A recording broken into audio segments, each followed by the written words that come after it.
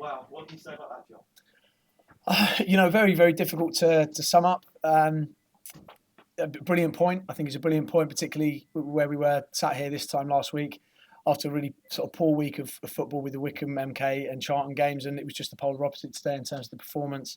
The lads gave everything, and I think that Leeds know that they've been in the game today. That's the most important thing, and we are gutted not to win the game.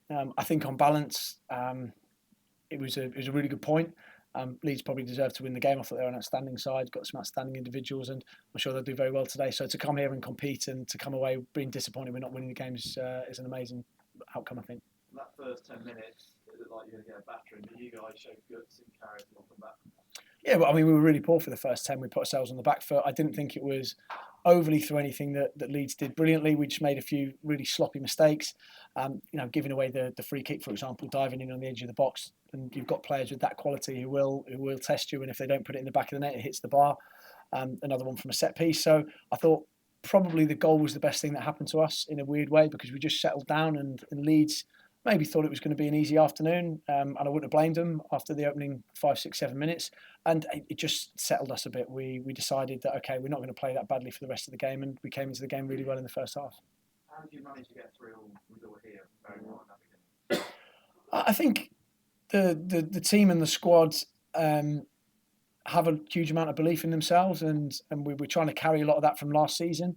And we've got some good players in the dressing room, and we have players that are more than capable of mixing at this level. And as a bare minimum, what we need to do when we are playing any game at this level is make sure we do compete. And I say it again, make sure that whenever a side comes off, they know they've been in the game against us. That's the most important thing. And I don't think anybody will complain. Any of the fans will complain if we have players that are desperate to play for the shirt and show all of those intangibles that we do talk about, and they're cliches, but if they show them day in, day out, week in, week out for the football club, then I don't think anyone will have any gripes. So many players left everything out of that pitch as well. That's what we're going to need to do. We do need to do that every week, and players will need to do that. And I think as the season goes on, we'll improve in quality. We were probably slightly low on that today, but I think that was the nature of the game. Leeds are an excellent side. I keep saying it. They've got some really good athletes in there. There's some multi-million-pound players there that may go over the next 3 weeks. If I'm a Premier League manager, I'm definitely snapping up a few of them after today. So I think that's one of those things that we'll hopefully go into as the season goes on. John, you said that you haven't recorded this time, but obviously the two opening goals were world class, really, when you think of it. Yeah, it was more in terms of when the ball broke down and we actually had a chance to put our foot in the ball and play. It's difficult in games like that where it is a bit frantic, and our game plan was to be a bit more direct than we have been for large parts of last season, where we dominated possession, ended up with about 60% average possession. I just think we've got to be a bit more practical when we face sides like this and try and manage the game a bit better, which we really did. So that's my point to the boys, I think, is that when we did put our foot on the ball and when we did create better opportunities, we looked like a good side. We've just got to do that a bit more often.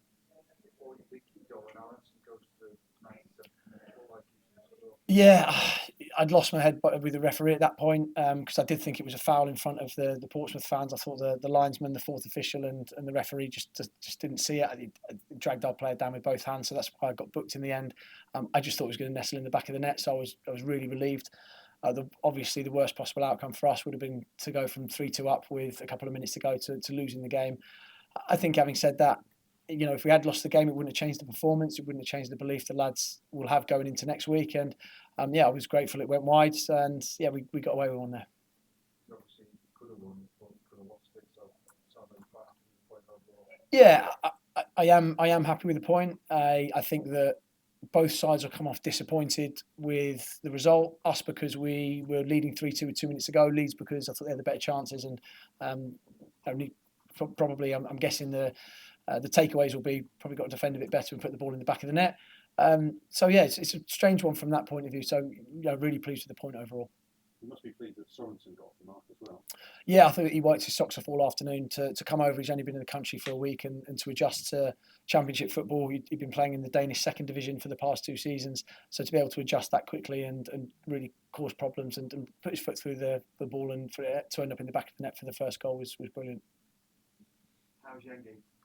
He just picked up a slight groin strain, and I don't think he'll be right for Tuesday. We're going to try and get him back for Saturday. But one of those, we knew we needed players that could run today. Part of that was around that team selection, having Elias and having Callum as the 9 and the 10. And I thought not 100% cast would have been no good to us, so we left him at home. But it's nothing serious. You've already got some injuries already, but he's not too bad then. No, he's okay. Hopefully, we'll see him back on Saturday.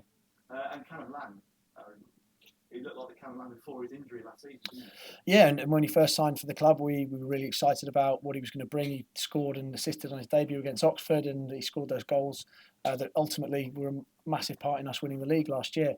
I think he struggled a bit when he came back into the side, but he's looked every inch that Callum Lang over pre-season. He's looked really sharp. He's looked strong. Probably more pleased with the second goal for Callum today because of the pressure that he was under. I know the first goal was a better strike, but the pressure that he was under, it took 2 or 3 minutes to take the penalty. Huge amount of pressure. He got the ball, he wanted it, and that sort of leadership, I think we were really grateful to have in Callum. He was exhausted at the end. You see what he put into that game. Yeah, I mean, he started off as a 10, and he had to run around, and he was mainly tracking Ampadu on the day, who's a superb player. We then put him as a 9 when Christian came on, then we swapped him back again, and he just left everything out there, I thought, and he completely, and he gave everything for us and deserved his goals. That first goal as well, how did you see that? Yeah, it was second face from a set piece, and one of those where we did put our foot on the ball and actually moved it quite well off the back of that. We were calm and composed, and Marlon's got that ability to pick out players like he did. I didn't see that pass, and I thought, when you are a centre forward in the box and you put your foot through the ball, you're going to get rewarded like that. And it was brilliant to get back in the game. We settled down after that and decided, we can play. And finally, any change on the transfer front itself? Nothing at the moment. My full focus has been on the game, and I know Rich has been busy. I think incredibly busy over the past couple of days. So we're still expecting a few more in by the end of August, but we don't know exactly when or who that'll be. There's plenty of irons in the fire. So yes, I think it'll probably go down to the last day. If we're doing it before Tuesday? No, I don't think we're going to get anything before Tuesday.